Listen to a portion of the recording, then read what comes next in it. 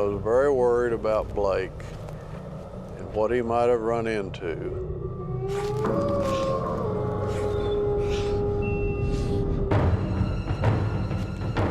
Ahead of Blake is a 60-mile hike south to the nearest town.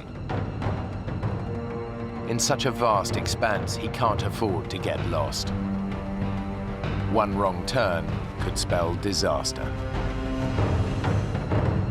Now Blake's made a gut-wrenching decision to leave his dad alone and hike out for help.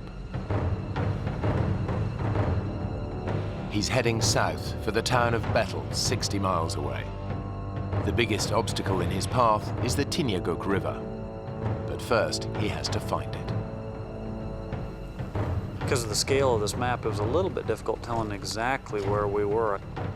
I didn't have any great landmarks.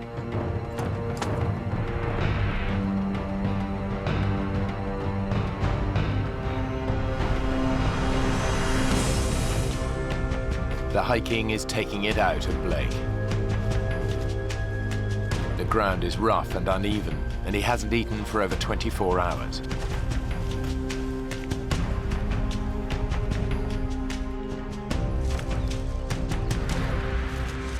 But he's still making good progress. Just a few hours after leaving his father, he hits the river.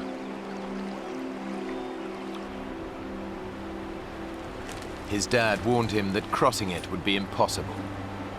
It's freezing cold and fast running. He could even be dragged under another ice shelf. But Blake promised to get help, and the only way he can do that is to plunge in. As soon as I started to cross, the water was flowing fast enough that I realized I was just going to have to jump and swim over to the other side.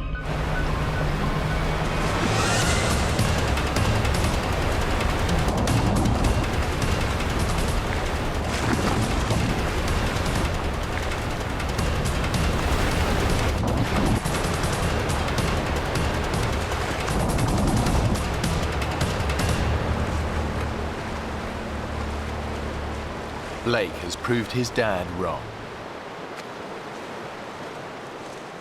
With the river behind him, it should be a straightforward hike to Bethel's.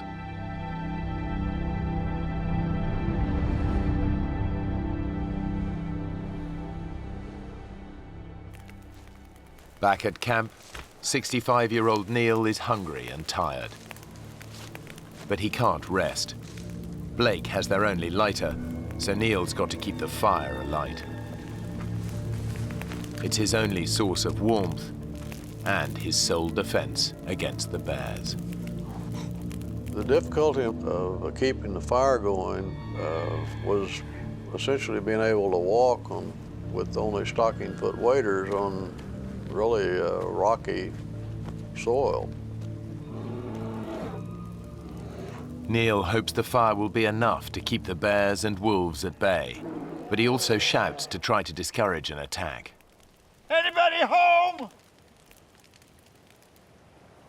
Come down and join me! Despite his hardships, what really preys on his mind is what might be happening to his son. I was very worried about Blake and what he might have run into.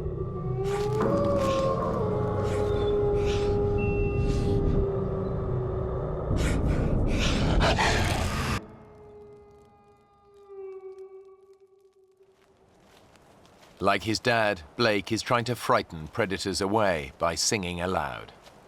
All night long, never got tired. Most of my songs were moose tunes and bear tunes, which was really quite ironic. I went out walking in the woods one night, all alone, pale moonlight. I hid myself in a tree up to see what I could.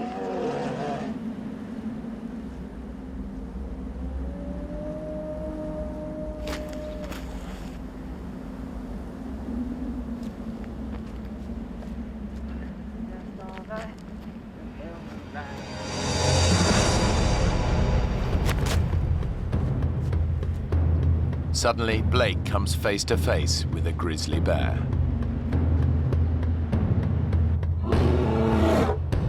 grizzly can tear your head off with one bite. But their claws can rip holes through you like nobody's business, so you don't want to mess with them. The bear is some way off, but even the slightest sound could alert it to Blake's presence.